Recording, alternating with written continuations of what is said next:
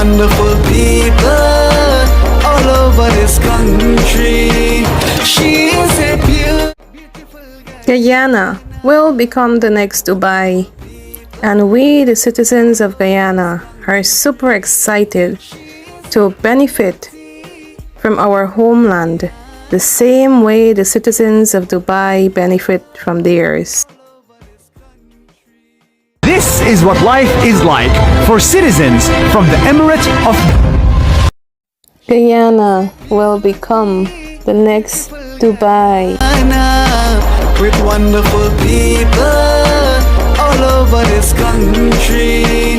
She is a beauty. Good evening, everyone. Welcome to Globespan24x7. My thanks to Nohar Singh for hosting us and for providing a forum for what I hope will be an interesting conversation this evening, and what I found generally to be a balanced and well-informed program over the years. We wish to welcome you. We have an interesting discussion today, and I've been placed in the unusual predicament of host. Not really host, because the intention is a round table where three panelists discuss equally and quarrel, I hope not too rigorously, on any subject that can come up.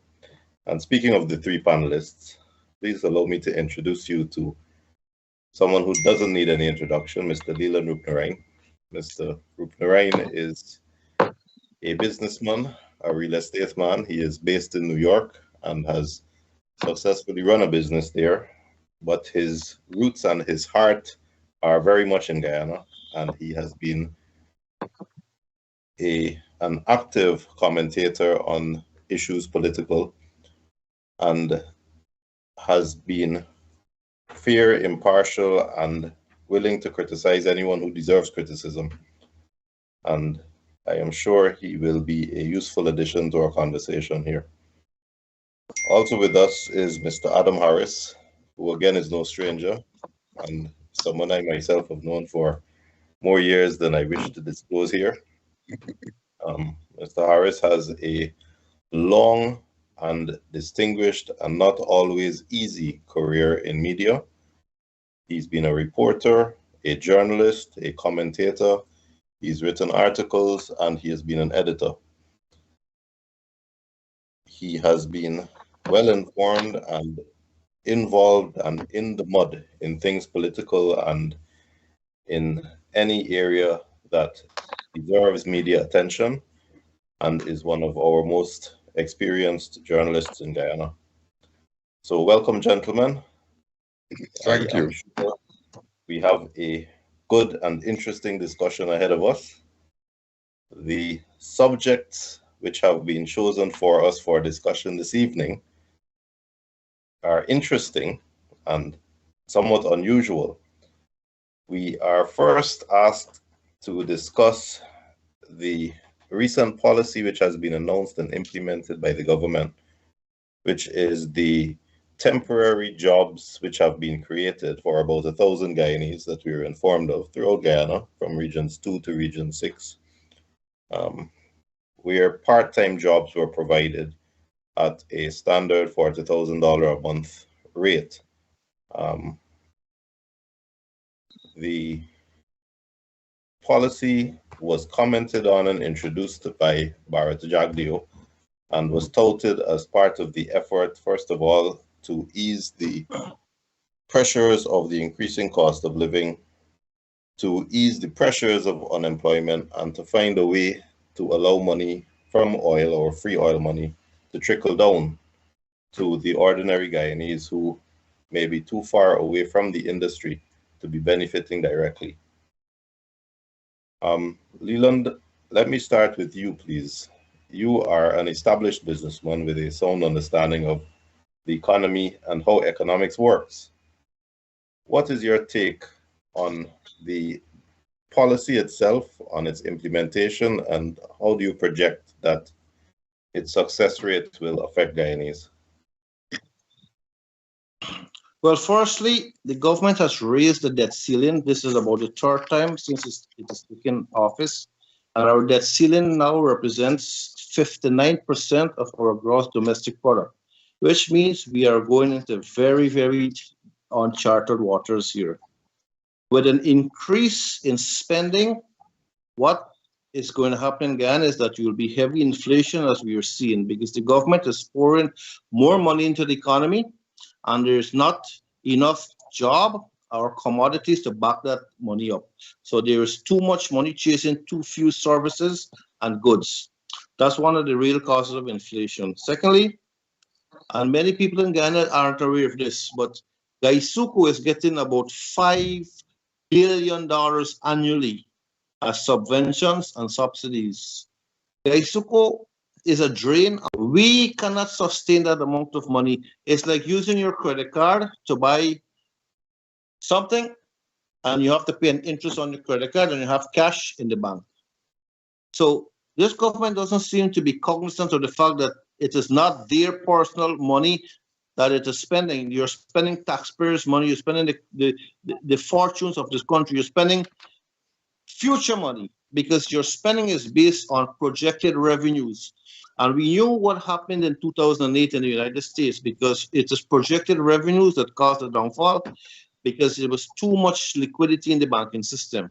The same thing is going to happen to Ghana. If the price of oil collapses, Ghana is totally doomed. That's an interesting take. It takes us a bit away from the $40,000 jobs, but I'm going to follow the trail that you've opened. Adam, when the raise in the debt ceiling was proposed in Parliament by the government majority, the opposition opposed. They raised a lot of issues and expressed serious reservations. This is an unprecedented increase. It's more than double. The debt ceiling is more than doubled in the past couple of years. And the only conceivable way I can see it being implemented is using what Leyland is talking about, which is the oil funds as security for repayment of loans, any loans that are borrowed. What is your take on the approach by the opposition, their resistance to the move, and their lack of success in delaying or preventing the increase in the debt ceiling? And what is your view on the policy to increase the debt ceiling and where it will take us as a country? Well, Leyland started off on the right track. Now, this is the second increase in, 3 months? And we've gone to, $750 million now? No, that's a fantastic amount of money. We are heading down the road of impoverishing future generations to begin with, because it signals an intention to borrow excessively. Now, when you borrow for a purpose. The president, in an address to the nation, talked about borrowing for infrastructure.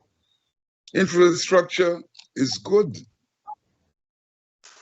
But then in the same breath, the vice president says that we don't have the capacity to undertake the infrastructural works that the government is projecting. And we talk about recruiting labor from outside. Now, our unemployment rate is somewhere in the vicinity of, is it 26% or something like that? And I suppose we're measuring the unemployment rate as the developed world does, because a lot of people who would set up a tray by the roadside wouldn't consider themselves unemployed.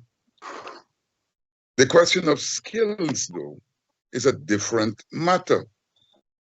The labor minister, for example, talked about setting up a training school to prepare people for what he called this new dispensation, that a welder isn't a welder because he wouldn't be recognized by the whoever is heading the new dispensation. A carpenter wouldn't be a carpenter. He has to be qualified and that kind of thing. Now we are borrowing money, and by our own admission, we don't have the people to use it. What are we saying to the nation? How is this money going to get into the system so that the ordinary man can make a living? We have a few contractors, many of them imported from Trinidad, and they would hire people. How many people can they hire? 50, 60, 100? Guyana has a population of about 750,000. So the infrastructure world would employ 100 or maximum 200 of them. Where would the rest gain an income from? The public service is about 18,000.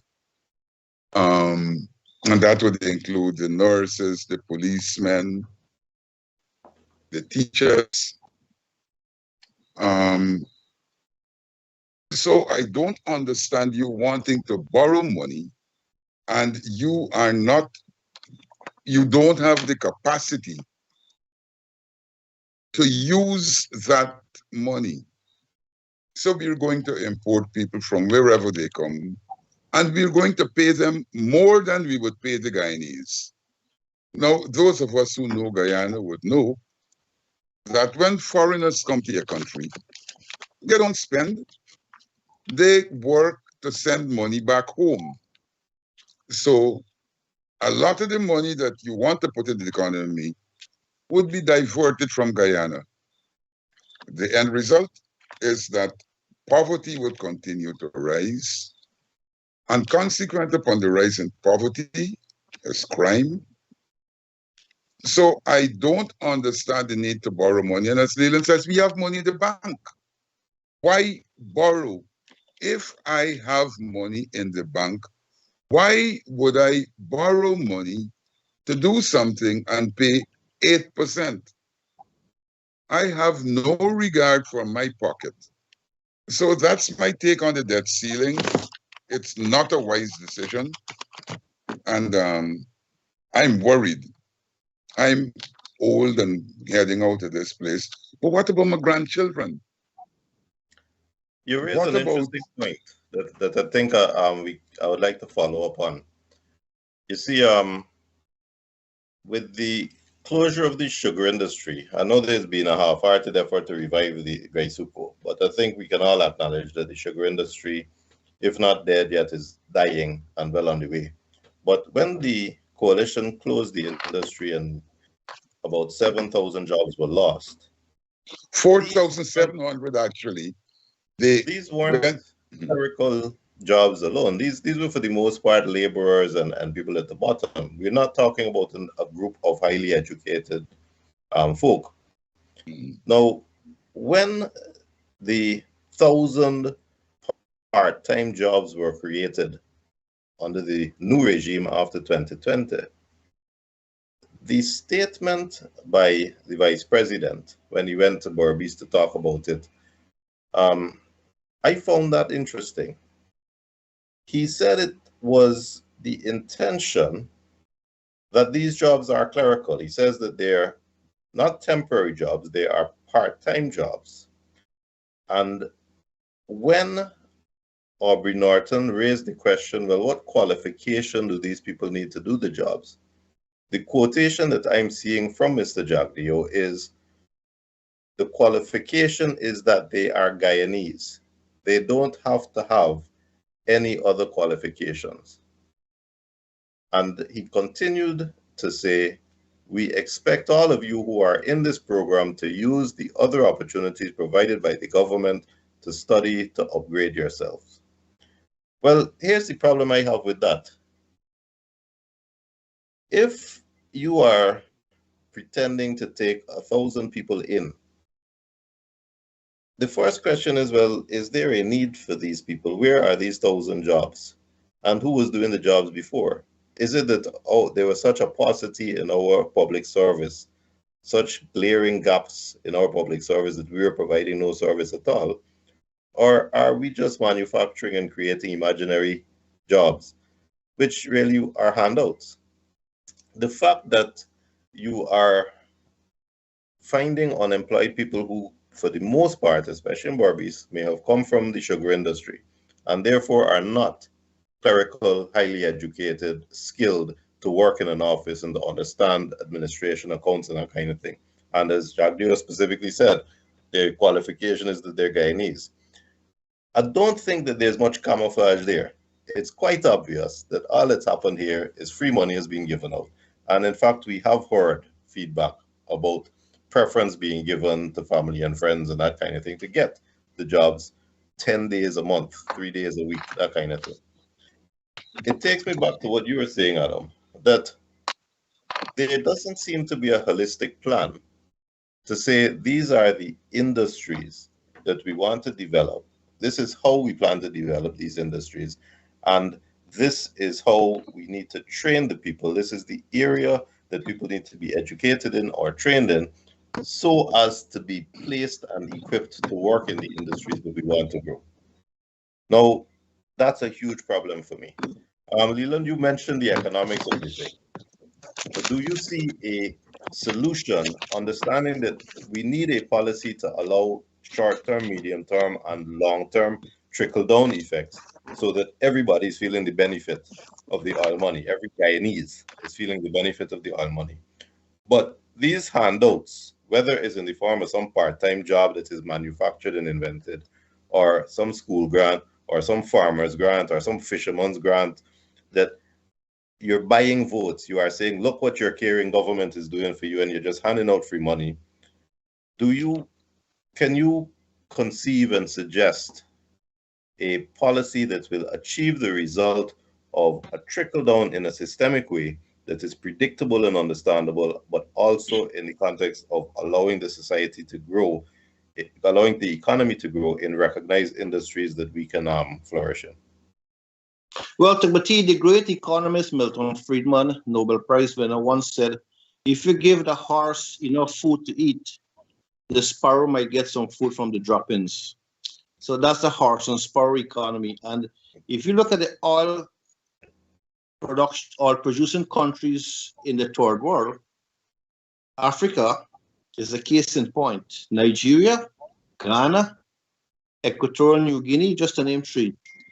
Nigeria is the largest oil producer in Africa, and Nigeria has 22 million people sleeping on the streets, 1/5 of its population or something like that.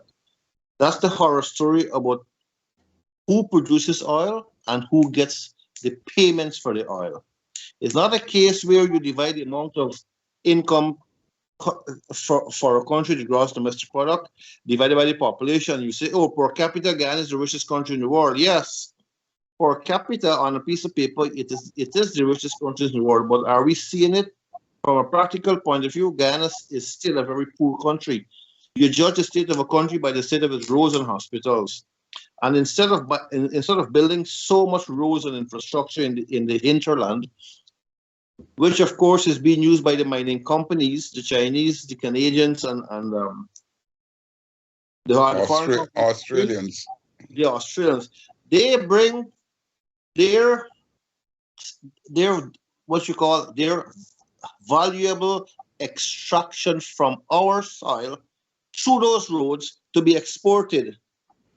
So, I mean, who is the wise man here? You're building roads so people take away our wealth. Then when it comes to borrowing, there's something called return on investment. If you want to borrow money, it must be invested so that you have a surplus. We all know if you take $1 million and you buy eggs to hatch, you have to sell your chicken to make back your $1 million plus your profit. We don't see that happening in Ghana. Building roads for high-end vehicles or any vehicle should take second place compared to the fact that you have hospitals in the country that don't even have running water, proper toilets, and you have to buy your own bandages. When I was in Ghana last year, I went to UG. I'm a former UG student. UG is a horror story. There's no internet in the library. I went to a few places in Guyana where there's no internet service. And if I remember correctly, the son of the former president, Donald Ramutar, was in charge of a project costing some 80 million US dollars. Here again, we're talking about borrowing money that's gone down the drain to bring fiber optic cable, broadband cable to Georgetown from Brazil. The fiber optic cable is a total disaster. What we have seen with successive governments is that they don't have what you call fiscal management policies. For instance, Norway utilizes their oil funds and invests in the US stock market. So their oil fund, instead of getting the minimal interest that our oil fund is getting, it's generating two things. It's generating a profit, and it's also generating your stock market value because your assets goes up, plus you get your annual dividends. So when this president is telling you about Dubai, Kuwait, Qatar, Saudi Arabia, and recently he went to China with 30 persons, figure this out. All those countries that this president is visiting are dictatorships. And why must you be pattern your country, your infrastructure, your fiscal management systems, and against the backdrop of these countries? Even the EID card that the government is undertaking is a poorly thought out process for the simple reason that it's not an emergency situation. People should have been bidding for this through the Procurement Commission, but then we went ahead, the government went ahead and issued and gave a German company to issue these cards. Now the EID cards, just to spin off a little, comes from the national database. All the data to manufacture these smart cards is extracted from the national database. The national database can't even produce a proper voters list. Where are we going with these EID cards? This is another disaster waiting to happen. And when we talk about disasters, we can talk about Skellon. We can talk about let me interrupt you. Let me interrupt you there. It's just money that we are borrowing that is not well spent, and our investments are not giving us any return. It is selling us in deeper and deeper debts. Let me interrupt you there. You raised the e-cards. To me, one of the issues that we have had in Guyana is that many Guyanese don't declare and pay taxes. They don't commit to pay NIS. They stay beneath the radar in terms of meeting civil obligations. And I wonder, I support the decision by the government to introduce a single card that identifies you with a single number, just like the Social Security number or the NIS number in England, where every transaction you do, whether you're renewing your driver's license or you're declaring and paying your tax or your NIS, you are identified by that number so that there is a single database where everything can be brought together. I think that is a better way and a more efficient way that Guyanese can, in a system that is symbiotic and that each of the different institutions act together, can both be obeying their civic duty, but also be benefiting. I'll give you an example that most people don't even think about, the jury system. It is hell in the court system to get jurors because each employer is obligated to declare who their employees are, and nobody does it. But if there was a core system where everybody existed on a database, that would be resolved. If there was a core system where as soon as you get a job and your employer announces and declares to the GRA that they're employing you, that will link in to your PAYE with the GRA, it will link into your NIS. As soon as you renew your license, it will trigger a sequence of events so that the other institutions can start doing comparisons. And I think it will create a more smoothly organized administrative structure.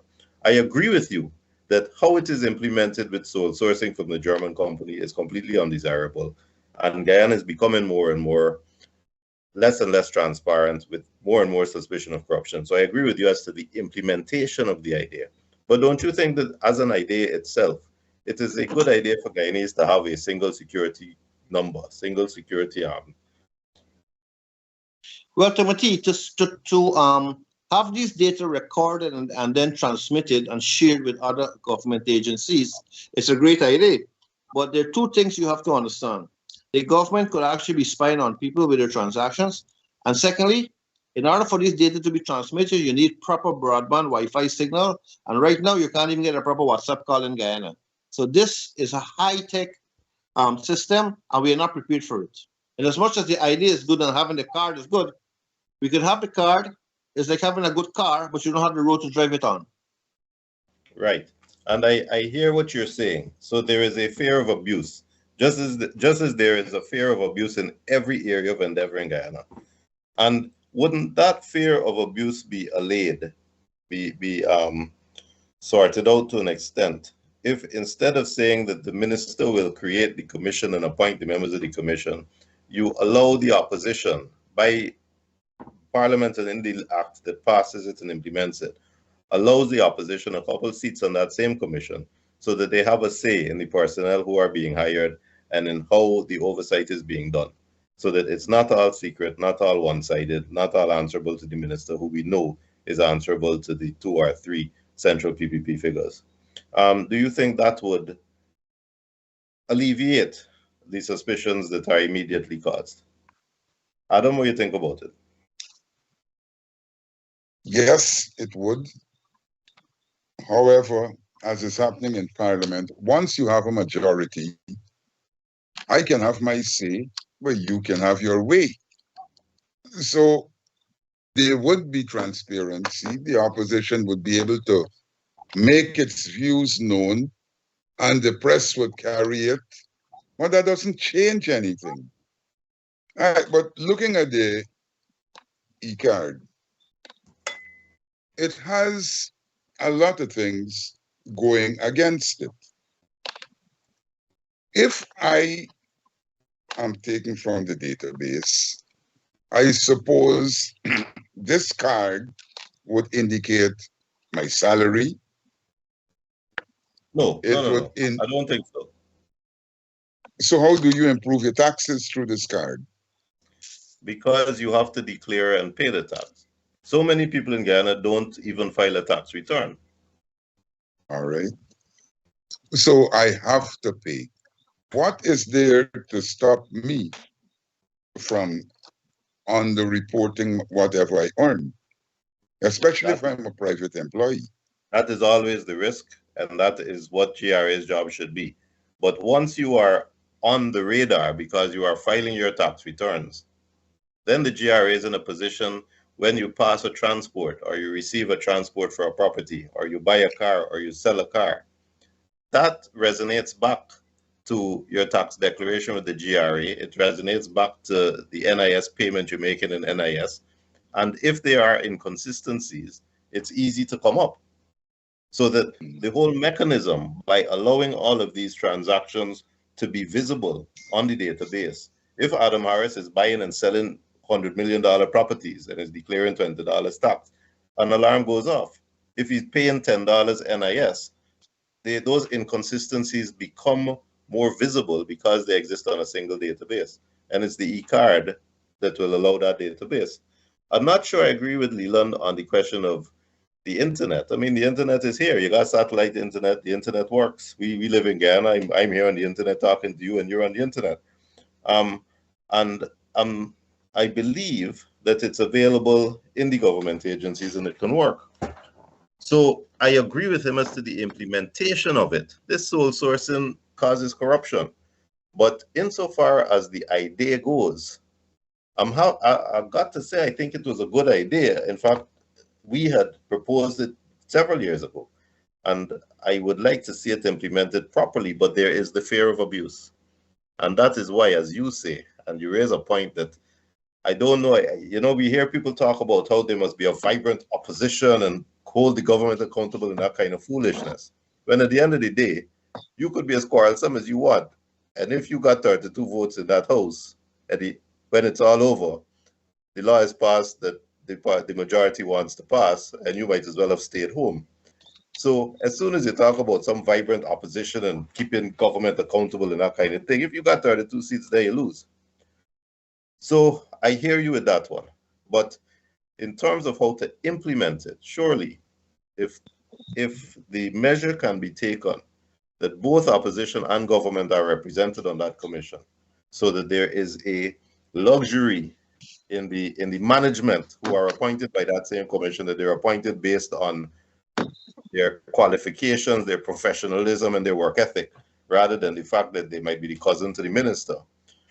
Wouldn't that assuage fears as to abuse? I'm not so sure. For example, right now, the GRA says for you to renew your licenses, you must indicate that you're paying NIS. However, according to the NIS, there is a decline in income. So you broaden your NIS net, but you're not seeing the returns. And that's a serious, serious situation.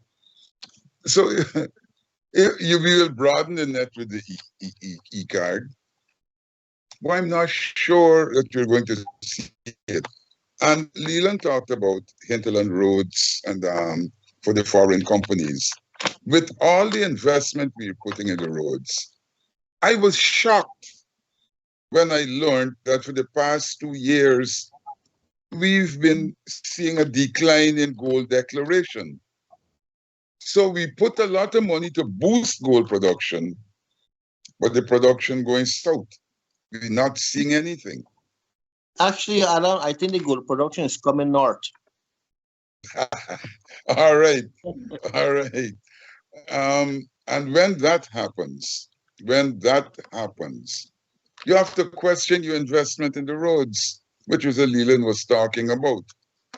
And one of the things I just want to mention quickly is about the 40,000 people.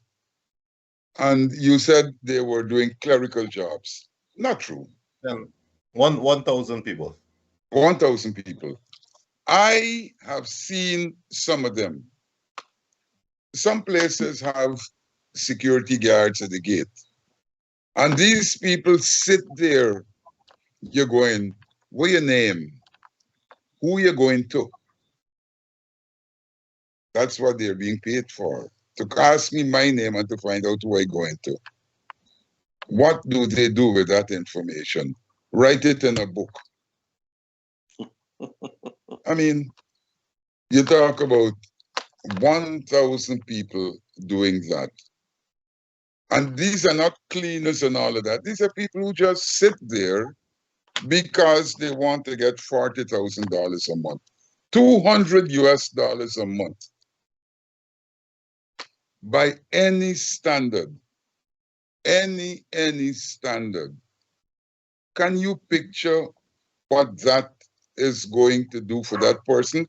And you can't have another job, you know. You cannot be working anywhere else. You can't be earning anything else.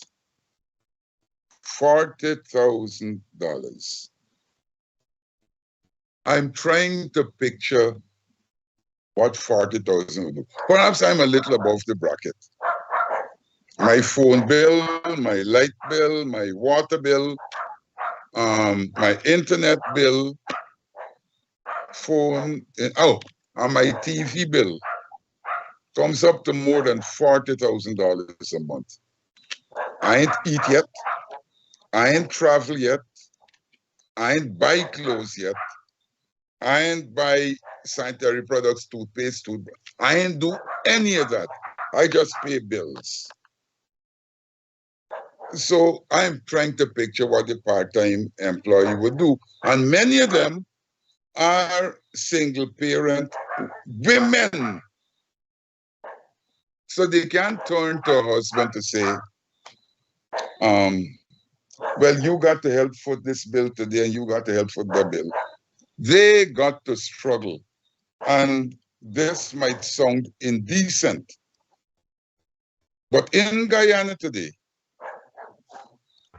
we have women who decide that they must have 2 and 3 men to help support them and their household. They ain't got no single man. The end result is some men are killing them for cheating when he himself is hardly contributing. So that's your 1,000 jobs for that. But I strayed from the... To support you, Adam, right? this for all viewers here, this is something called the Cobra effect. You know, the Cobra effect is the most direct kind of perverse incentive, because the incentive unintentionally rewards people for making the issue worse. You know, it's an incorrect stimulation of the economic policies, and the causes backfires. The term came about when there was an outbreak of cobra in New Delhi couple of years ago, 100 years ago. And the governor of Delhi was paying everyone 10 rupees to bring the head of a cobra. So people realized just by putting out a head of a cobra, you get 10 rupees. So what happened now? People stopped working and they started to rear cobras in captivity, and they were getting 10 rupees per head. So the thing backfires. So when you save $40,000 per month, but you can't have another job, it means you're not stimulating people to go out and do better. You're encapsulating them into that, what you call that stigma, that standstill in their life. They can do better, but they don't want to do better because they're getting $400,000. So this is a backfiring on this particular government. Now, this But is isn't it a serious problem if they can find 1,000 unemployed people? Isn't that a serious problem to begin with? I think that we start in the conversation in the middle. If you can find 1,000 people willing to work part-time for $40,000 a month, then we can't assume those people can do better. Those people are taking the 40,000 because they are doing worse, because they're not doing well. So how do we make recommendations as to formulating a policy that grows the economy and reduces unemployment without these handouts and without it feeling as if government is buying votes and buying favor by handing checks to people? But Timothy, I don't think Ghana has a shortage of jobs. Ghana has a shortage of people who are willing to work.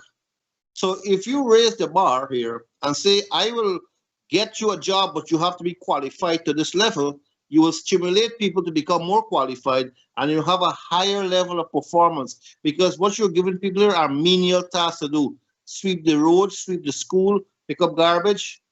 That's why Barjagli will say you don't need any qualification. Your qualification is that you're born in Ghana. So the people who get these jobs, they're just rank and file ordinary people that have no high level of education. And they can't do better.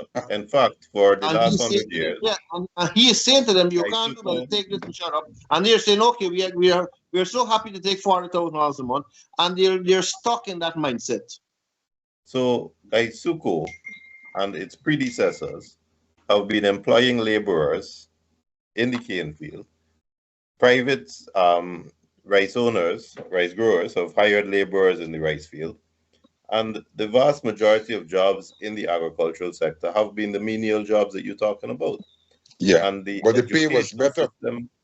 Yes, but we're talking about menial jobs that do not require qualifications. Swinging a cutlass doesn't need a qualification. So does this take us back to a discussion as to the education system, which has failed us, so that we have such a large number of people who are unemployable, unless you're finding a menial job for them or giving them a license so that they can drive a minibus. But otherwise, they cannot function in an office or understand administrative systems because our education system has failed them. If that's the case, is it fair to say, well, these are people who can do better and choose not to work? Timothy, let me jump in here. I grew up in the country. A lot of the people, my grandmother, my mother, they weren't scholars, but they fed their children by farming the land. They recognized that food was important, so they planted, and they make enough money to sell to. They had enough food to sell. Now, some of those same people doing the menial jobs could have been better served if they had gone in the backyard, put down 2 seeds. I mean, squash, bora, okra, you name it. They could produce it.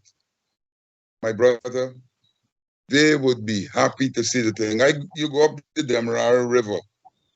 Every Saturday morning, I pass by Stabrook Market, and I see the women, they are working with nobody. The amount of produce they bring out and the amount of produce they sell is such that it encourages them to keep repeating it.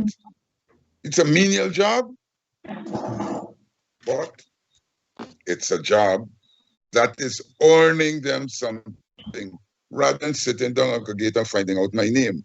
If we take those people, and I mean, go back to Bornham. Bornham said plant a seed, and you will find out that one of the things you got going for you is that you can always, always, always get food. Once you get food, you're good. Leland, Adam seems to be recommending that everybody turn peasant farmer. The last person I heard talk about that was I don't subscribe to Adam. I mean, under Bornham, was if the you man want in milk, you have Zimbabwe. your own cow. You know, that was Bornham's mentality. If you want milk, you have to have your own cow. You know, and you want eggs, you must have your I own. respectfully The disagree point as is, well. these menial jobs that require basically heavy manpower, as we say in America, heavy lifting, these jobs can be given to prisoners because prisoners are eating up a lot of taxpayers' money and they're locked up in a cell almost the whole day. Prison labor with pay can be substituted for this menial job that these people get $40,000 a month for, and these people can be better educated to become nurses because Ghana has a serious shortage of nurses right now. In fact, in terms of the job force, I see no reason why Ghana should be importing truck drivers. That's how we are declining in that country. We don't have truck drivers. Something as basic as that we don't have. And Where is it? Timothy, we have to go on to the cost of living issue too. Well, it's funny. You talk about importing various specialists. You talk about truck drivers, but machine operators and that kind of thing. Foreigners are coming in to do that, but that says a lot because that tells you that in certain specialized areas, the salaries in Guyana are attractive enough to entice people from another country to come here to do the work.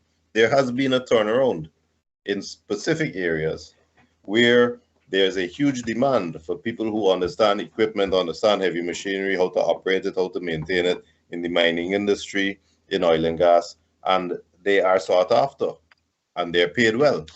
Now, how do you compare that to the argument that you just made about having to do menial jobs and there being insufficient employment? I'm saying the menial jobs should go, like cleaning the drains, cleaning the streets and so. Personal labor could do that, and these people who are doing these jobs could be better educated to serve as nurses. We are having a serious problem with shortages of nurses and teachers in that country, and you have to plan from now. But that's by choice. That's by choice. Sorry to interrupt, gentlemen. We actually have a live caller. Mr. Harbijan, are you there? All right, Mr. Harbijan? All right, we'll try to reconnect with him. Thank you, David. Okay, so one of the issues that has developed in Guyana with the advent of gas and oil, and a lot of it has been blamed on COVID and the results of COVID, is a dramatic spike in the cost of living. Now, there have been voices who are denying it and saying that the increases are exaggerated. But anyone who goes to the market and sees just the cost of ordinary goods, greens, meat, vegetables, provisions, and I'm talking local products, we haven't started talking about imported products yet, has seen a dramatic rise in the cost of living, a dramatic rise in prices. What is causing it? And what measures can we take to stem that increase or to cushion it so that the people don't feel it as severely as they do? Adam, what do you think? Well, in the first instance, a lot of people complain about the high cost of living because their earnings can't feed them. They go in the market with $100 last week, and they could buy a certain amount of commodities. They go next week with the same $100 and they can't get it. The prices go up. I used to hear that the prices are due to shipping problems and all kind of COVID related, and then more recently, the war in Ukraine. And when the prices go up, they rarely go down. So the prices keep going up.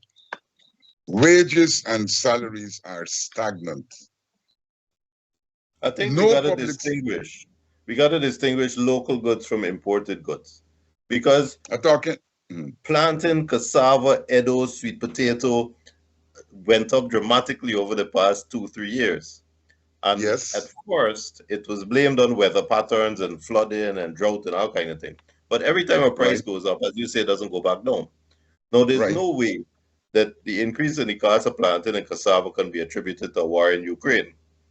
So Thank I you. want to treat that separately, because I agree that wheat imports like corn, imported products that are coming in on a boat, especially since shipping has been affected since COVID and the shipping industry has been affected. Good. That is a separate issue where increases can be justified. But I don't want to link one to the other. And we've seen increases in both. And every time it goes up, it doesn't go back down. So what's causing it? Right. And how do we cushion it? One of the reasons that is happening, the vendor decides that he wants to see an increase in profit. You can remember every time there was an announced pay increase, prices went up. I remember when the Armstrong Commission hiked public servants' pay by 50%. 23% one year and 27% the other year or something. 50, that's a fantastic hike. I mean, you would have been earning so much more in dollar terms. 2 years later, they were worse off than before. So what is happening and what is going to keep happening is that as the prices rise, the vendor got to face whoever he's buying from at the same time, and the seller got to face the marketplace, and they will jack up the price. And the person who ain't getting an increase in salary is going to be further squeezed. You can talk about it. Go again? Asking Leyland how to cushion it. Okay, so let's get away from this basket economy. My basket of goods cost me a basket of dollars. You know what I mean? I take a basket of dollars to take home a basket of goods. Let's talk agrarian reform here. The only profitable agriculture, large-scale farming in Ghana is rice. Sugar is totally out. Large-scale farming doesn't exist in Ghana. You can't plant half an acre of plantain and expect your unit costs to be low. What this government should do is give away land to people and tax them. Let them pay a monthly or a yearly usage tax for the land so that you can have a massive amount of production. You cannot be penny-wise and pound foolish and let people wait 5 years for a piece of land. Listen, recently, I agree with that, 100%. this issue about some Chinese man who was a friend of the VP get 50,000 acre, and people are applying for one house lot and they got to wait 5 years for it. There's something wrong with our logic here. So people in Guyana have to understand one thing too. You cannot complain about the price of tomatoes in your backyard full of bush. That's the next aspect you have to look at. Now, in terms of buying goods, you have to understand, as Adam just said, the purchasing power of your money. My father had 7 children and he alone was working, and he could have maintained 7 of us, send us to school and so. Now, husband and wife are working, and it's an uphill struggle to just pay your bills and buy food. You can't save money in that country because there's runaway inflation, because there's too much money injected into the economy. That's why everything is so expensive. Unless you have great agrarian reform in that country where people could get massive amounts of land for farming, we will always have price problems for simple products, pumpkin, tomato, bora, baigan, everything. Because Guyana can produce all these things very cheaply. We were once called the breadbasket of the Caribbean. Leland, let me interrupt you. I think a caller is there. Devin, can you help us out with the caller? Yeah, Mr. Harbijan, you could go ahead. Yeah. Good night, gentlemen. Jonas, Adam, Leyland, Mr. Harbijan here. How you do, sir? I'm good. I'm listening, but I would like to make my contribution. But there's three areas I want to touch on. Adam Harris was touching on the 10-day workers, $40,000 job per month, and then you said that, Jonas, you mentioned that it's 1,000. There's some correction there. East Barby's got about 4,000 part-time workers at 10-day, and that would have come at a time when around 2021, which would have hit hard by COVID, flood, and then, of course, the closure of the main two sugar estates in East Berbice, which is Rosal Kanji and Curverton. And that two area was the main area where the people in those communities depend on the estate. So the 40,000 job per 10-day worker was not a full-time something and was not of a clerical aspect, as Adam is trying to say, that it was more of these health centers, school, NDCs, and wherever they could get them at a 10-day job per month. But that was a part-time, which leave the people to do other things such as cash crop farming to make up the difference. So it was a well-timely job that came in to the people in East Berbice. So I don't think it was a waste of time. Maybe it's managing wrong, but it would have been welcome at the time. And however, well, you're right. You're right, Harbijan. It was 3,000. I'm sorry, it wasn't 1,000. It was 3,000. But the question I would ask is, what jobs were they doing? How do you find in a country like Guyana that got 700,000 people, 3,000 jobs in Berbice alone, which only got a very small section of the population? Where you find 3,000 jobs just like that out of a hat? Are these gainful employed people? Are they gainfully employed, or did you manufacture a job?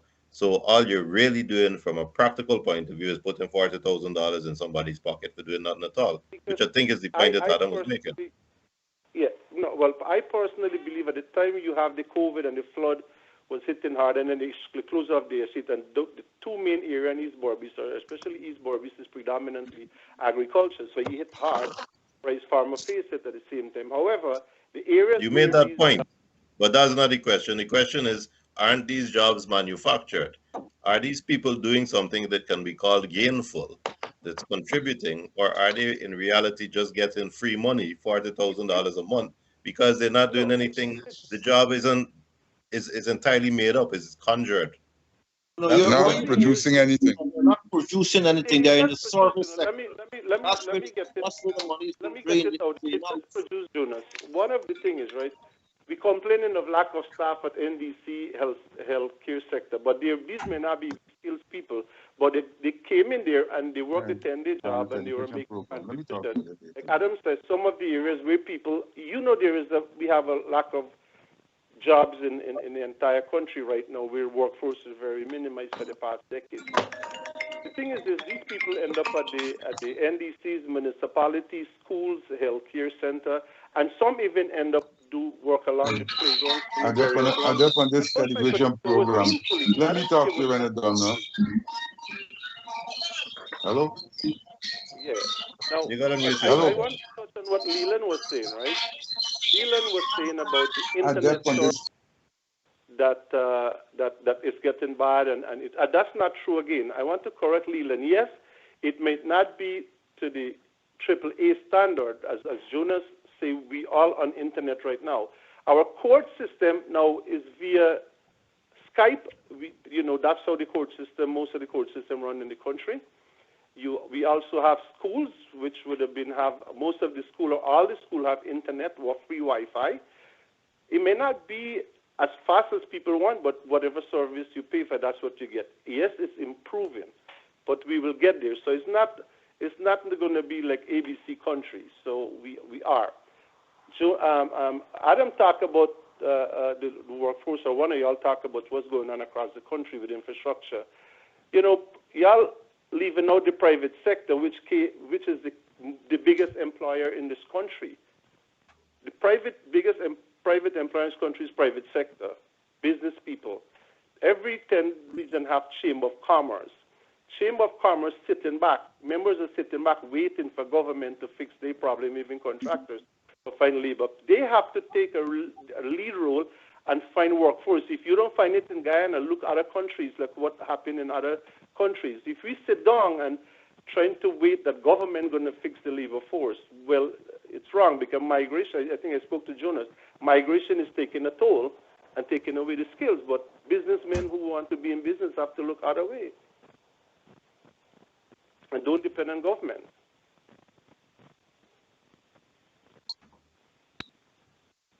You know, he made an interesting point that, you know, you talk about these people are doing things. You know, they might have been unemployed, and what are they doing there? So Timothy Bina, what you hire them to do? Sweep? I mentioned what? You hire them to be, sorry? I mentioned some of them people is at the NDC. We have over 300 NDC across this country. We have municipality, we have hospitals, we have health centers, and other areas. I don't know all the time. But Here's the flaw. Here's the flaw in your argument, and here's what you're not addressing. If 4,000 jobs were created, part-time jobs, how on earth were we getting by before those 4,000 jobs were filled? The country must have collapsed. The very fact that out of the air, in a split second, you can create 4,000 jobs tells me that you've just manufactured them out of thin air. And you don't justify 4,000 jobs by saying you got a couple porters in a hospital, or you got a couple people in an NDC. That doesn't explain it. Because those porters, people in the NDC, and anybody in health need specialized because of the skill. coalition closed down the estate.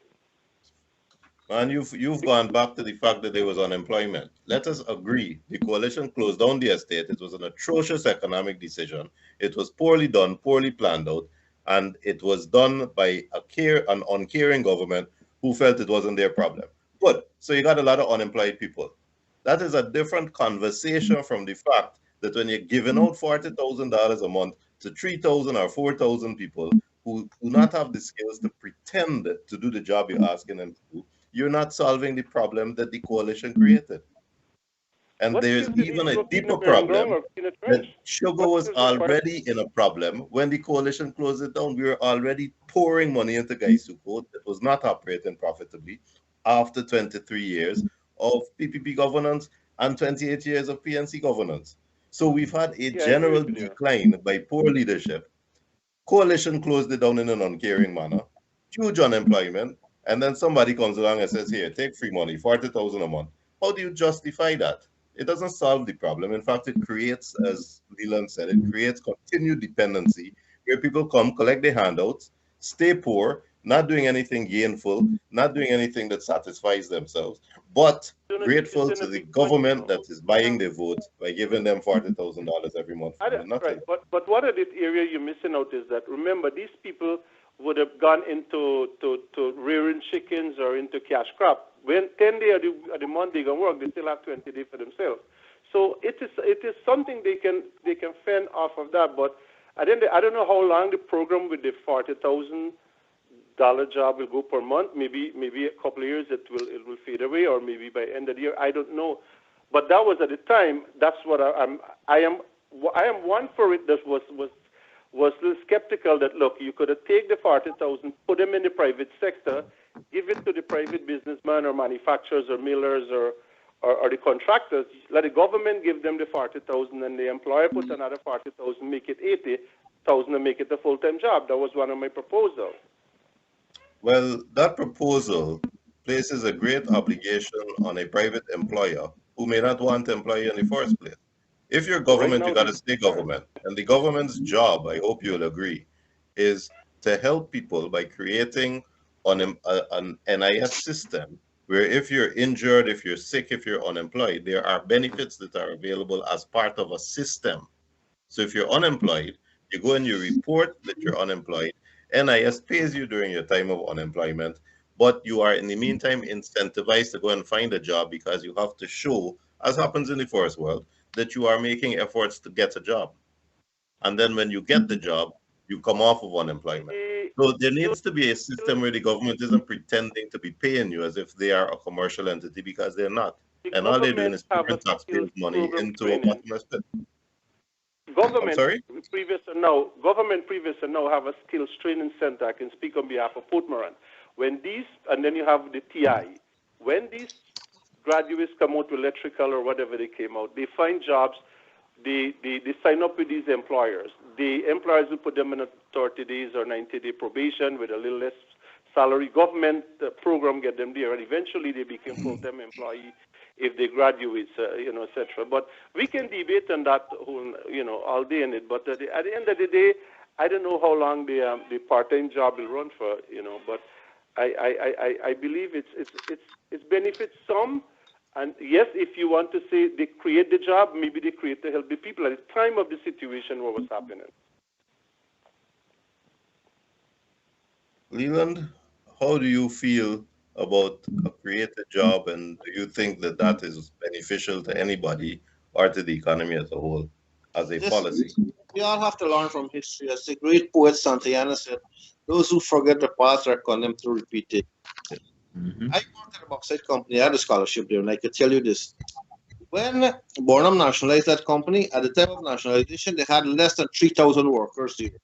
Less than $3,000 that the Alcan people had, right? And Demba. When I left that company, there were 5,000 workers here, almost double the workforce.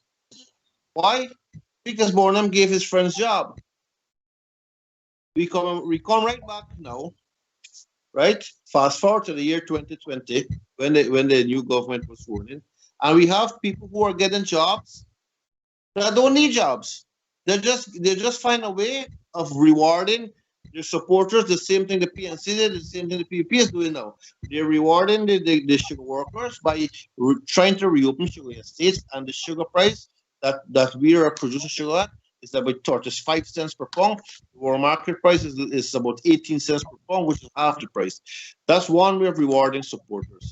This 40,000 a month job is a next way of appeasing people, because these are people who are not qualified to get in menial jobs. And like I said, the physical labor could be given to prisoners with pay, and these people should be higher trained to become nurses and teachers and other professionals. So that is not the way forward for that country. Gentlemen, if sorry to interrupt. Yes. Go ahead, Devin.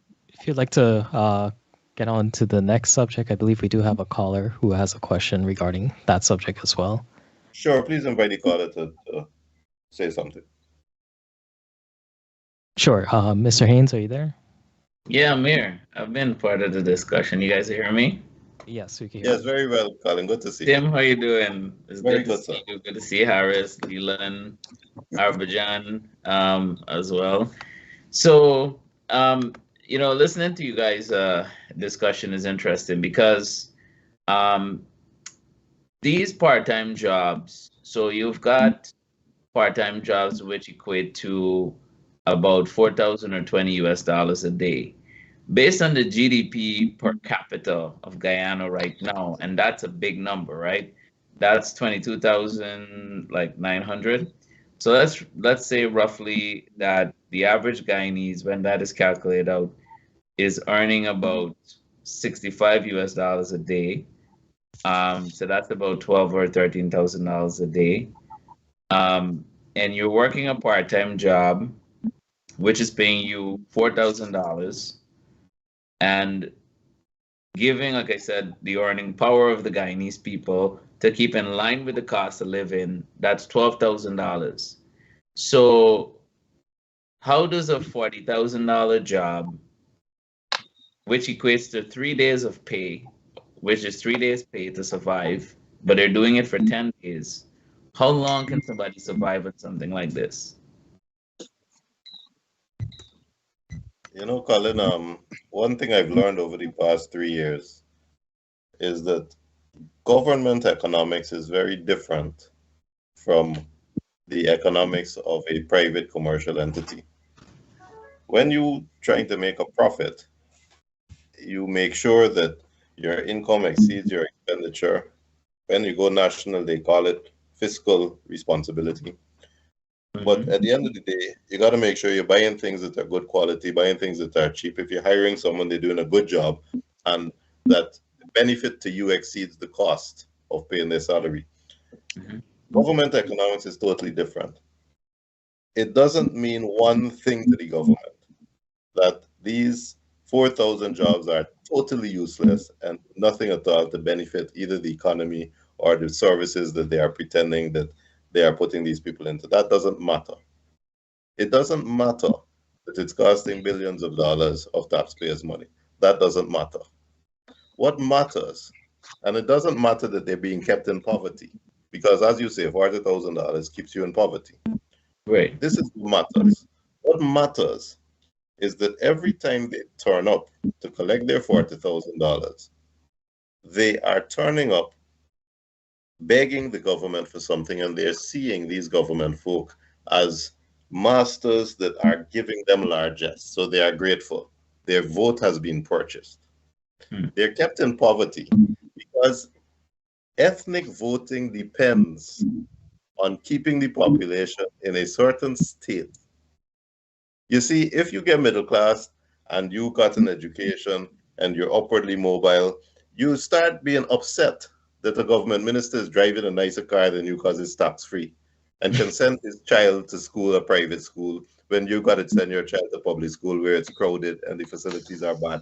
You start to see these things. But if you don't have great expectations because you have been kept in poverty and you're grateful for this $40,000, you instinctively vote the way these people are telling you to vote. You don't ask the hard questions that they can't answer. So part of the vicious cycle of ethnic voting is also the vicious cycle of poverty.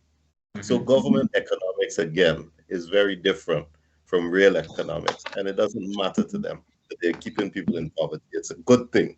It doesn't matter to them that there's nothing, no reward for this work, because it's all free money from the taxpayer. So it is good for the government, not good for the country. And that's my view. That's how I see it working. Yeah, but I see it in another way. I live in an area going to the other south, Tugville Penitence. There's a school not too far from me. Not so long ago, I organized and I was getting help to provide 50 meals a day. And this was because the teachers reached out to me to tell me that many children were going to school hungry. But with the little help I get, I couldn't do more than 50. I would have liked to do all. So these are people who are going to school hungry because their parents can't send them, can't give them the meal. There are parents who don't send their children to school because they ain't got anything to give them to eat. And Timothy, you know, you drive around Georgetown, you see the extent of panhandling, people at the side of the road begging you every time. Young children drive down St. John Road by the Shell Road area, 9 o'clock in the night. I see some little children out there begging because they said they ain't got nothing to eat. Whether that's true or not, I don't know. But if a child is satisfied, I don't think he can leave the house to come out on the road and beg. So when we talk about the 40,000, let's look at it in that light. Most of the, and Harbhajan, I hope he's still there, most of the part-time workers are women. Most, if not all, are women.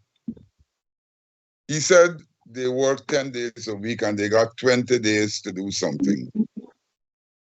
To do what? They're accustomed to sitting down for 10 days and they get 40,000.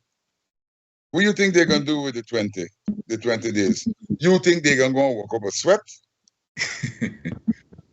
They waiting Some for of the them- next 40,000. They're waiting for the next party. And if they could get 3 part-time jobs, which Harbhajan wouldn't tell you, is happening. It is happening. They got people, and that is why I support your e-car thing. They got people who shift between here and 2 villages down and doing 2 or 3 part-time jobs, which is good business. If you can get the 3 jobs, you get 2, you get 80,000 a month. Leland, I think that when you hear this, when you come to the conclusion that our people are not skilled, that we have foreigners who have specific skills that are coming in and doing jobs that locals can't do, that the poverty is dire, and that these part-time jobs don't solve the problem, they exacerbate the problem because they continue the dependency syndrome while keeping people in poverty. I wonder if the solution is not exactly in education in the way Adam just mentioned. That first of all, an NIS system can be implemented for unemployment benefits. More importantly, an NIS system can be implemented where every woman who has school-aged children should be entitled to a monthly amount of money for each school-aged child, as long as she shows every quarter she turns up to collect her NIS money, she shows evidence that her child is in school, attending school. So something signed by the teacher of the school. So she has that dignity and she's incentivized to send her child to school. And the money that she gets from that keeps the child in school and avoids the problem Adam talking about. And then within this education system itself, money be spent to make the education more holistic. So meals be provided in school. Sports be provided in school. Music be provided in school. Extracurricular activities so that the child gets a more rounded education and the parent who is incentivized already financially to keep her child in school has more free time to go and get her job. Or if she can't, she's getting the unemployment benefit and the school-age children benefit. And all of this as part of a transparent system using her e-card, using her proof that her child is in school, and not coming like a penitent to the government every month saying, we care because we care, here is your money in your envelope, vote for us. So as part of a transparent system, and what that will do, it will enable the parent to look for work. It will give the parent immediate dignity and a guaranteed income. It will give the child, much more importantly, the kind of education and training that allows the child to be equipped to deal with the workforce when the child grows up. And all of this also will need paying teachers no less than $1,500 a month US when they start, and going up exponentially if they can show they have a degree or a second degree, so that a teacher's salary will buy a house, buy a car, pay off the mortgage, take your family on a holiday. A teacher must be a recognized member of the affluent middle class with a job that they're proud of, because that's the only way to get quality teachers. Otherwise, we will scrape the bottom of the barrel and our children will not learn. Do you agree with me that by providing education in a holistic way like that and incentivizing parents to keep their children in school, at the end of the day, we may solve the problem that we're talking about now, that our children are not learning in school, high illiteracy, people who are not equipped to do anything other than drive a minibus or do labor. That needs to change, or else there will be no trickle down of the oil money to the benefit of the people. Well, Timothy, education is only one aspect of social infrastructure, right? We need help. We also need something called homeless shelter. We also don't want to go into a situation where we have a welfare state where people just get paid for staying home and then they get rent subsidies like happens in the United States. The United States can afford that because there's efficient tax system that can sustain that. In Ghana, you can't sustain that $40,000 per month job without having infected your economy because you're creating an unstable fiscal system by giving people this large amount of money without the necessary goods and services to back that up. So let me just backtrack and say this. In 1992, when the PPP took office, the per income in that country was about 600 US. Today is about 11,000. So let's give them some credit. They've done a wonderful job in making real wages. It's 22. They have done a wonderful job in curbing the excess inflation, and that's why we have this huge cost of living here. Right. We can spend more wisely instead of giving handouts to people, because that's what I call it. These are people who really just do service jobs, and we can invest this money by infusing it into agrarian production projects. Like we are an agriculture-based country, and many governments in the world have gone away from agriculture and they have embarked on industrialization. Then industrialization. We do have great labor force and great amount of land. 3,000 square miles will 250,000 people. We can produce to feed the whole Caribbean, not only ourselves. You saw something wrong with the logic here, because Bangladesh has 6,000 square miles, 169 million people. How you want to make that comparison there? And Bangladesh can feed itself. So there's something wrong with our agrarian policies. There's something wrong with our wealth distribution system, and more.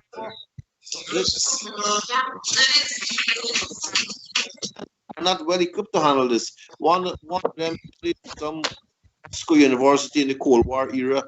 I don't know. That's totally obsolete. That it doesn't apply to a modern economy today. And it's not to say that Guyana financial structure so that people can invest money in many aspects. For instance, we don't even have a proper stock market. So a small man who works, let's say $2,000 per month US, could buy some stocks or the other and invest that money. And that's why that's the way to run Gaisuku. Sell shares, let people buy into it, and see how you will raise capital for that. You need foreign investment, or if not, give away Gaisuku to some company and let them pay you royalties on the sugar they produce. Privatize the entity. So putting money into Gaisuku is pour money into the economy. And when you look at it this way, you give a child a lot of money, they will spend it on wisely. Sorry to interrupt, gentlemen. Sorry to interrupt. I know we're running out of time. Would we be able to just shift to the next topic regarding the replacement? You call this thing the top up just to get Mr. Leyland, 1 second. Mr. Roopnarine? Guyana has a very immature. Yeah, we'll do that. Will do. Yeah, okay. Yeah, the replacement. And busy traveling the world, I don't know why you should change this guy name to Airplane Ali. Let me interrupt you, Leyland. Devin has reminded us. Chemical Ali. So we have. I don't think Leyland is hearing you. Just Mr. Roopnarine? Hearing. You went to Dubai, Qatar, Saudi Arabia. Leyland. Can you hear me? We'll get him back on. Leyland, you there? Yeah, hearing. All right. Devin has reminded us that there's a last subject that we were to touch on tonight. I don't know how much time there is, but it is the replacement of Minister Dharamlall, both in Parliament and as a Minister of Government. Now, I understand, Adam, that the PPP government has already announced his replacement in Parliament by a lady from Region 2. Can you inform the public about that? And yes, the woman is Nandrani Kuncha. Dharamlall did go to Parliament on a Region 2 seat, on a Region 2 ticket. So his replacement had to come from the region. Now, Ms. Kunja is said to be a food caterer, and she was involved in feeding the school feeding program. And she's a commissioner on the Women and Gender Equality Commission. And being a member of the Women and Gender Equality Commission, we know all about that, because that was the same commission that was extremely silent when the rape allegation against Dharamlall surfaced.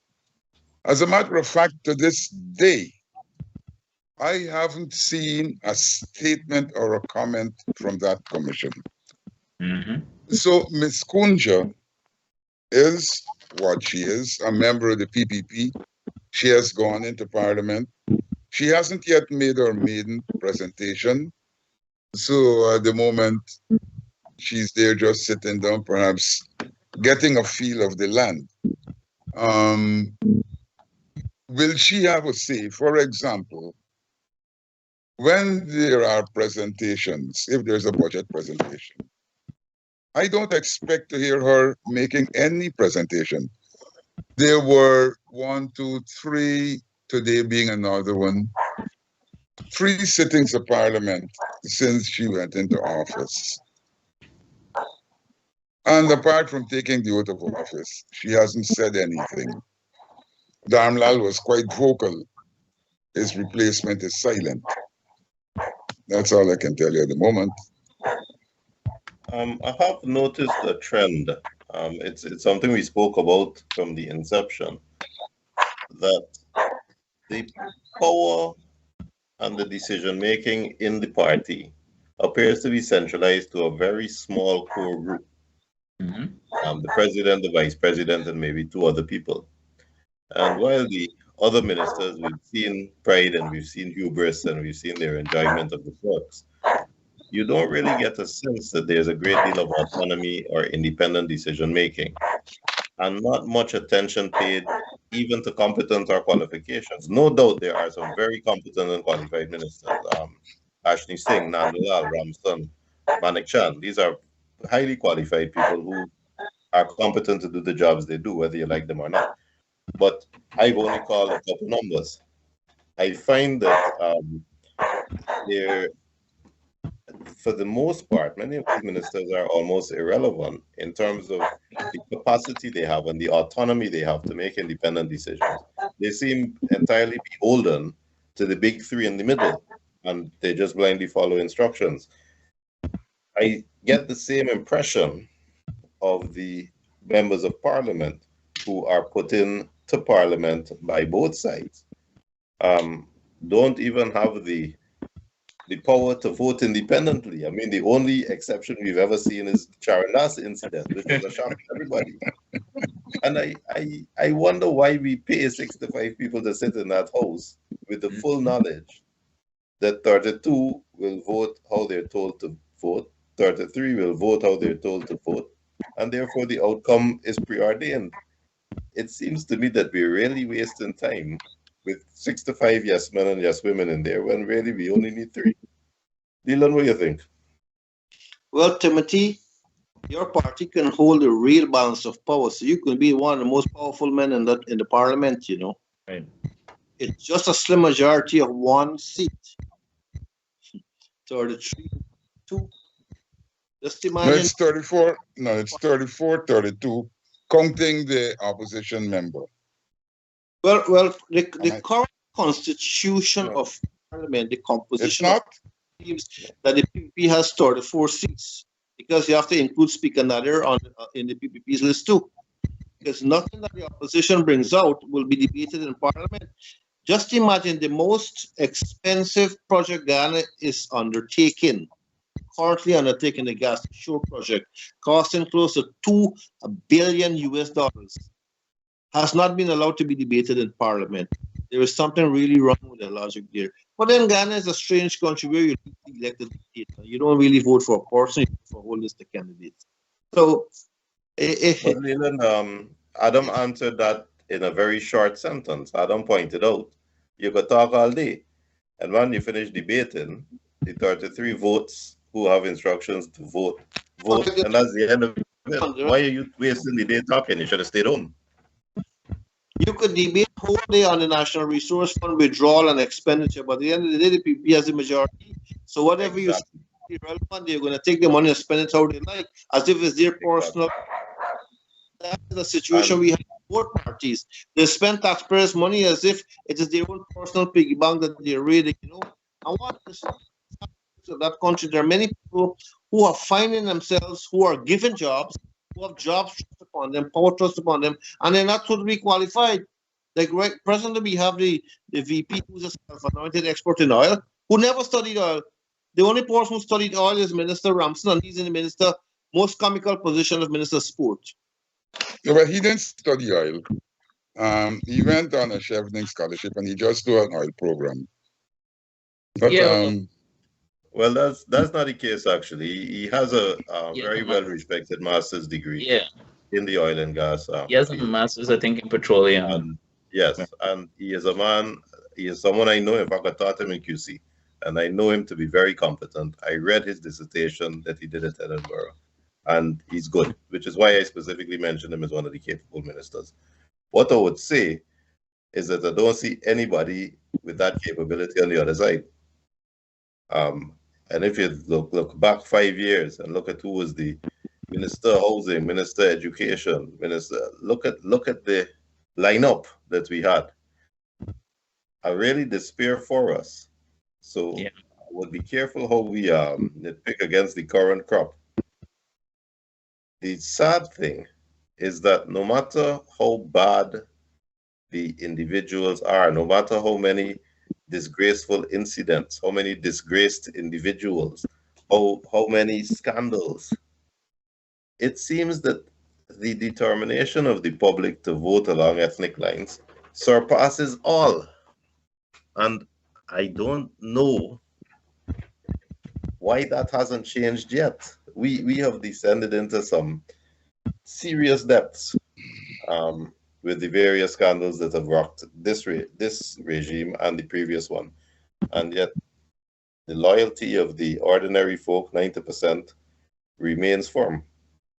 If I can make a comment. So I think that sometimes the conscience of people have to be invoked, because and there's many debate about Charandas and why he voted. But I think at some point in time, Tim, you've got to look at yourself and say, I mean, I've been elected off of, let's say we've been elected off of a regional slate. Am I elected to represent the vice president or the president? Or was I elected to represent who? The people of Region 2, right? So I am answerable to who? The people of Region 2. Forgive me, Colin, I don't agree. Well, hold on a second. What you're talking about is, you're talking about what it has become, but now what it is. The fact of the matter, when you put your name up there on a slate, people are looking at that slate and they're electing the government and they're electing you, Tim, based on that. So they're seeing your name, Tim, and they're saying, oh, no. Tim, he's a good guy. He's that's actually not the case. No. That's why I'm saying it's not the case, and I have to disagree with you. That would have been the first past the post. But no. What I'm saying is in the list system, there's a list that they put together. So every time you see the national list, you see folks who are representing the regional list, but you're voting for a party that have these people are part of it. Now, even if, let's say, that's not the case, the fact of the matter is this. I talked to members of parliament who are backbenchers. There's one prominent one that I spoke to, and he said that he had his displeasure that every time he sits down, he gets passed a note and say, vote yes, vote no. And he didn't have, and this was in the last government, so there weren't no caucusing, just you got about 10 or 15 people who sit on in cabinet and they make all the decision, and then the next 17 people, they're not even aware of what the discussion is. Matter of fact, this person also told me that they used to even try to reach out to the chief whip and say, hey, you have this bill coming up, these are my concerns. No response. So my thing is this, is that if you had 17 people who had a conscience and said, listen, we're not getting this opportunity to really represent our people how we should. And if we don't, then we're not coming to parliament. I mean, you could replace 2 or 3 people, but can you find 17 people once and for all? So I think And that that's the point. I think you can, you see. of the Call it, Because parliamentary. if you check, the leader of the list has the right at any time to say he's lost confidence in you as a member of parliament and to replace you. And the reason the Charandas is lambasted on one side for not giving prior notice that he's unhappy is exactly that dishonest. That the people know full well that if he had said to his partners, I am not happy and I'm voting the other way, immediately like that, without any more formality, the leader of the list would have declared that he has no confidence in Charandas and would have replaced Charandas before Parliament sat. So if that is the rule, that is the system, then there's no independence. There's no vote in your conscience because No, the day you get a conscience, you're out. but there is one other point that I want to make. Talking from the PNC APNU side, cabinet is one thing, but there are forums like the General Council Forum where all the MPs go. And they really talk their mind there. You know, they would say, hey, we don't agree with this. And, you know, you got other members of the wider society on the I parliament. can't believe what I'm hearing. And they get Adam, and they I get, promise you, and they get castigated or kicked out within the PPP contingent, they got big quarreling and fighting. But just like y'all in APNU, when they come out in parliament, it is one voice. It is Yeah. one voice. So all the quarreling in the background means nothing at all. Yeah, but Because the thing when is, they your come out, voice, boss tells them how to vote and they vote. your voice, your concern. The thing is not that. We got Anyhow, black pots and we got black kettles. And there's no distinction, my friend. There I is hear no it. distinction. But Tim, I don't know if you remember this. There's one case. There was the anti-terrorism bill a few years ago in the previous government, right? And one minister voted out of the party for that bill. Did you remember that case? And you No, I remember who don't. voted? Yeah. No, So there's an anti-terrorism bill, and apparently Dr. Roopnarine, he wasn't too happy with parts of the bill. Matter of fact, no Guyanese should be happy with parts of the bill. If we read the bill, that is, and he voted no, but it had enough votes to pass the bill. Yeah, but I can So, tell you something so what else. conversation do you think happened in the background before that vote? No, but even then, Timothy, they also got what you call free vote. Right, conscience The vote. abortion conscience vote, that's right. Mhm. The vote on the abortion was a conscience vote. It went beyond party lines. My friend, So you would if have that. your leader, if your leader says to you, on this occasion, Adam, I give you the right to vote how you want to vote, that's not the solution to the problem. Because the other 99 times that same leader can then say to you, on this occasion, you do not have the right to vote how you want to vote. As soon as you identify an occasion where you can have a conscience vote, you are impliedly admitting that all the other occasions you cannot vote conscience. It is rotten. It is rotten to the core. So the way to solve this problem is parliamentary elections, right? No, No, go back to first past the post, no. where your constituency would elect you and you screw up. They don't vote for you the next time, as is the case of Trinidad, That's Jamaica. one. So we have parliamentary elections. So you have parliamentarians. You come from region 2. Region 2 elects you. You don't do it. Yeah. Region 2 don't. Gentlemen, Sorry to Gentlemen. interrupt, gentlemen. We're actually over time. If we can go to closing statements, that would be great. thank you very much. Adam, can I start with you? Yes, I'd like to say that we raised a lot of points. We attempted solutions, but the problem seems bigger than we can manage.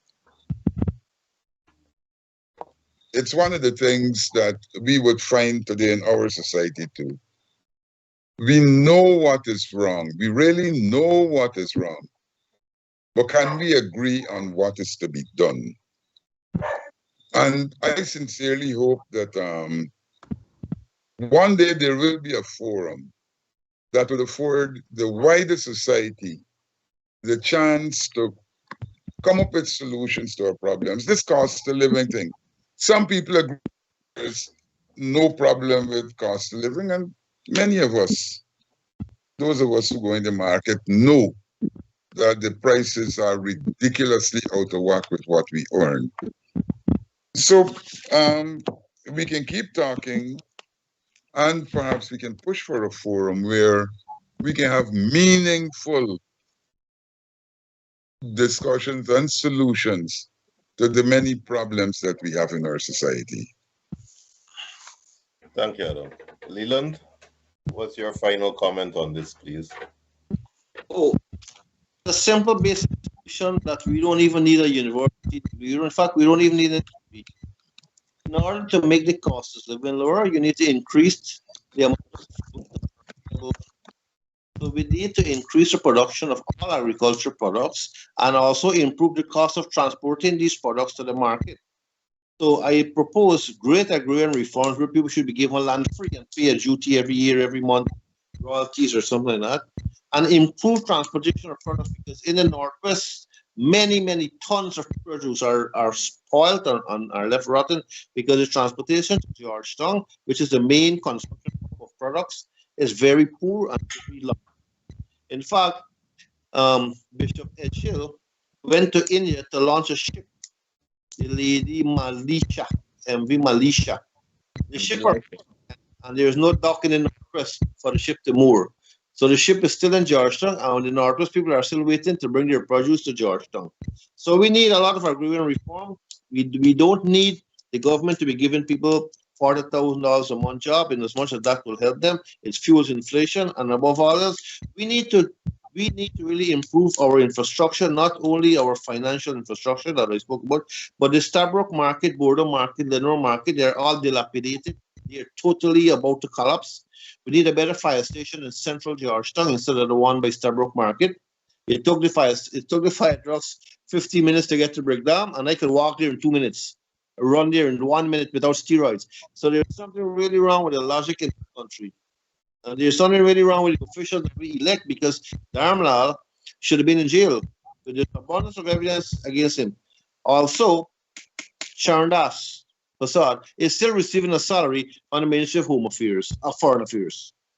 So Guyana really needs some serious rethinking of its policies, and the government should not be spending money as if it's their own personal piggy bank they're spending. It's taxpayers' money. Sadly, there is no checks and balances, and there's no fiscal oversight committee to monitor the spending. Because the president can take 30 people to China, 50 people to the Dominican Republic, and we go on, and money is being wasted, and there's no way we could check this out. So we need a real new constitutional policy to make sure these monies are well spent, because they belong to the people of Ghana. Thank you, gentlemen. For me, speaking for myself, I'd like to address what both of you said, because they're connected. Although I think most people won't see the connection based on how you were discussing it. The reason the government can spend money as if it's the government's piggy bank is because government controls parliament, and therefore can railroad through parliament, increase debt ceilings, authorizing money for expenditure, increasing the budget. They can do what they want because they control parliament. And the opposition can talk till they blue in the face. Government will get what they want because they control parliament, having the majority. The solution to that is not constitutional reform, as Colin and Adam were discussing the first past the post system and proportional representation system, for the simple reason that constitutional reform requires 2/3 majority in parliament. And neither the PPP nor the PNC will agree to any kind of reform that has a risk of diluting their absolute power when they win. Because every election, especially now when it's razor edge on the ethnic side, when the difference is so thin, every election, both sides want to win so that they can enjoy absolute power. As we saw the change in 2015 and the change in 2020. Both sides are hoping, and neither side will agree to constitutional reform. So a solution needs to be devised which falls short of constitutional reform, because that's an impossibility. And I will ask you as a question of maths to decide for yourselves, If you only have those two parties contending for 65 seats, one of the two parties must win the majority, and therefore the government, and therefore will be the elected dictatorship, and will therefore have the power that Leyland is talking about to spend all the money they want, because all they got to do is come to Parliament and approve their budget with their majority. Mathematically speaking, the only way to solve this is a third party so that there's a minority government.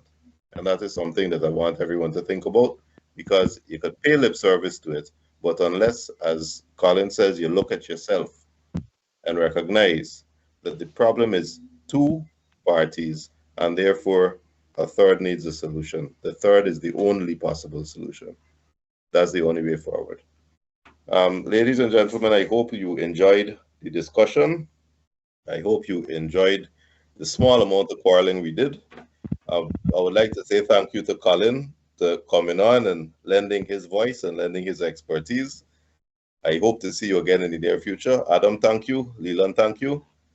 Good night, everyone. Well, good night, everyone.